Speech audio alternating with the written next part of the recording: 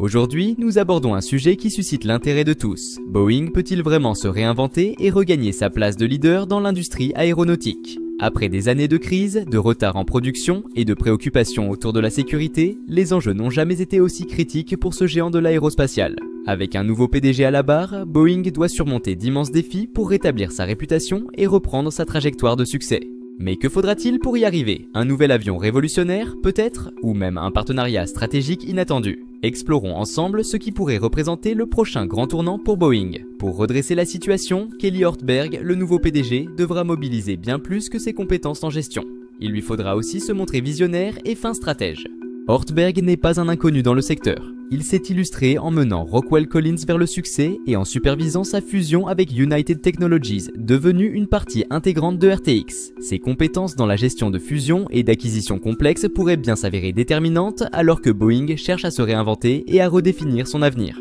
Avant d'explorer les stratégies possibles qu'il pourrait envisager, prenons un moment pour analyser certains des obstacles majeurs que Boeing doit surmonter et pourquoi un simple changement de leader ne suffira pas. Un plan de transformation en profondeur est indispensable. Les défis sont nombreux et nécessitent une action urgente.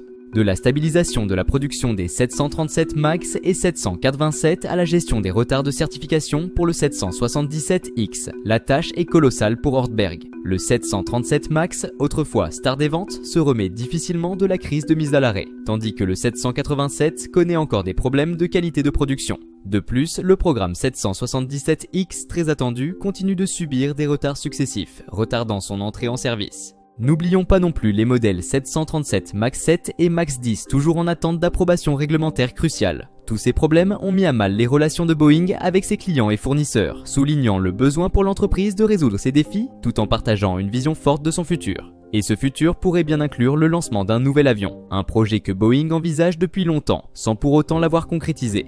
En interne, ce projet est surnommé le nouvel avion de marché moyen, NMA. Un appareil qui pourrait concurrencer directement l'Airbus A321neo et sa version long courrier, l'A321XLR. Mais lancer un nouvel avion est un projet complexe, surtout s'il doit remplacer non seulement un, mais jusqu'à 3 modèles vieillissants. Le 737, le 757 et certains appareils de la flotte 767. Ce NMA pourrait être décliné en plusieurs tailles, couvrant ainsi des routes allant du régional au long courrier et formant une nouvelle famille d'avions.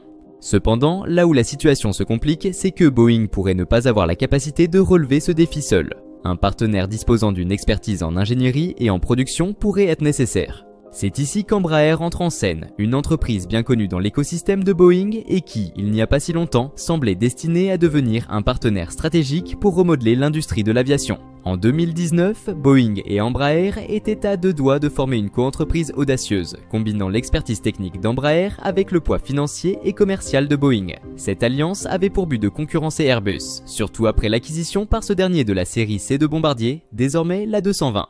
Avec ce partenariat, Boeing et Embraer envisageaient de créer une gamme d'avions allant des jets régionaux au long courrier, couvrant ainsi tous les segments du marché. Mais la crise du 737 MAX a bouleversé la donne. En mars 2019, la mise en veille du 737 MAX, après 2 tragiques accidents, a plongé Boeing dans une crise sans précédent, exerçant une pression financière et opérationnelle énorme sur l'entreprise. Dans sa course pour faire face aux retombées de cette crise, le projet de partenariat avec Embraer a été mis de côté. La pandémie a ensuite frappé de plein fouet l'industrie aéronautique en 2020, poussant Boeing à se concentrer uniquement sur sa survie. Cela a mené à un retrait brutal de l'accord, officiellement en raison de conditions non remplies. Ce retrait a pris Embraer de court. Elle comptait sur cette coentreprise pour stabiliser sa division d'aviation commerciale. S'en est suivi une rupture amère, Embraer intentant une action en justice contre Boeing, l'accusant de s'être retiré sans justification et de causer un tort considérable à ses activités. Les conséquences de cet échec ont tendu les relations entre les deux entreprises. Embraer, déjà fragilisé financièrement, a dû chercher de nouveaux partenaires ou investisseurs pour maintenir à flot son segment commercial. Et ce, au moment le plus difficile, alors que la pandémie plongeait l'industrie dans la plus grave crise de son histoire, réduisant la demande pour de nouveaux avions et diminuant les revenus des fabricants. Pendant ce temps, Boeing a vu sa réputation s'effriter et fait face à un scepticisme croissant de la part des acteurs de l'industrie et des partenaires potentiels. Pourtant, malgré cette séparation, les raisons de ce partenariat demeurent tout aussi pertinentes. Boeing a toujours besoin de l'expertise technique d'Embraer, notamment pour la conception de jets régionaux efficaces et rentables. Le constructeur brésilien a fait ses preuves en livrant des avions de haute qualité dans les délais et dans le respect des budgets, comme en témoigne sa famille de Jet E2. Pour Boeing, qui a eu des difficultés à maintenir le contrôle qualité et la production ces dernières années, incorporer les compétences d'ingénierie d'Embraer pourrait être un atout majeur. D'un autre côté, Embraer continue de faire face à des contraintes financières importantes, limitant sa capacité à développer seul de nouveaux avions. La capitalisation boursière actuelle d'Embraer n'est qu'une fraction des sommes colossales nécessaires pour concevoir et certifier un nouvel avion, estimé entre 10 et 15 milliards de dollars. En s'associant avec Boeing, Embraer pourrait obtenir le soutien financier essentiel pour mener à bien de nouveaux projets. En outre, l'accès au vaste réseau de clients et aux canaux de vente de Boeing permettrait à Embraer d'étendre considérablement son influence, en particulier sur le marché nord-américain où Boeing exerce un pouvoir de négociation considérable. En somme, bien que les blessures laissées par leur rupture précédente ne soient peut-être pas encore tout à fait cicatrisées, ce partenariat présente encore un sens stratégique indéniable pour les deux entreprises. Boeing possède une empreinte commerciale mondiale, une force financière solide et un besoin pressant d'innovation. De son côté, Embraer excelle en ingénierie et maîtrise des coûts, qualité essentielle pour la réalisation de nouveaux modèles d'avions. Si les deux entreprises parviennent à enterrer la hache de guerre et à surmonter leurs différends, elles pourraient redevenir une force incontournable dans l'industrie aéronautique, en créant des appareils répondant aux besoins de segments de marché mal desservis par exemple. Des régions comme l'Asie-Pacifique et l'Afrique connaissent une croissance rapide du trafic aérien. Un partenariat stratégique permettrait de concevoir des avions adaptés aux besoins spécifiques de ces marchés, tels que des appareils à capacité moyenne pour des routes régionales en pleine expansion. Et cette collaboration ferait face directement à la domination d'Airbus. Alors, un nouveau partenariat pourrait-il émerger à l'horizon? C'est bien possible. En partageant des technologies essentielles et des chaînes d'approvisionnement communes, il pourrait offrir une série d'avions concurrentiels qui tiendraient tête à la gamme complète d'Airbus du petit A220 au grand A350. En plus, ils n'en sont pas à leur premier coup d'essai, Boeing et Embraer ont déjà collaboré sur des projets militaires, notamment le KC-390. Ces expériences offrent des enseignements précieux sur la gestion des partenariats, la coordination des équipes et l'intégration des technologies. Tirer parti de ces leçons pourrait faciliter une nouvelle collaboration dans le secteur commercial. Cette collaboration permettrait à Boeing de proposer une offre plus exhaustive aux compagnies aériennes, inversant potentiellement la tendance en sa faveur et lui offrant un avantage stratégique sur son rival européen.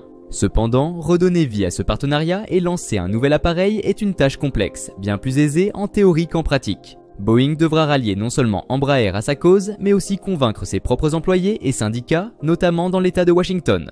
La localisation de la production de ce futur avion pourrait bien devenir un point crucial lors des négociations. Le syndicat des machinistes de Boeing souhaite fermement que toute production reste dans la région de Seattle, garantissant ainsi la pérennité des emplois et des investissements locaux. Ortberg devra faire preuve d'une diplomatie habile pour trouver un terrain d'entente en s'assurant que les syndicats de Boeing et les ingénieurs d'Embraer soient également convaincus et investis dans le projet.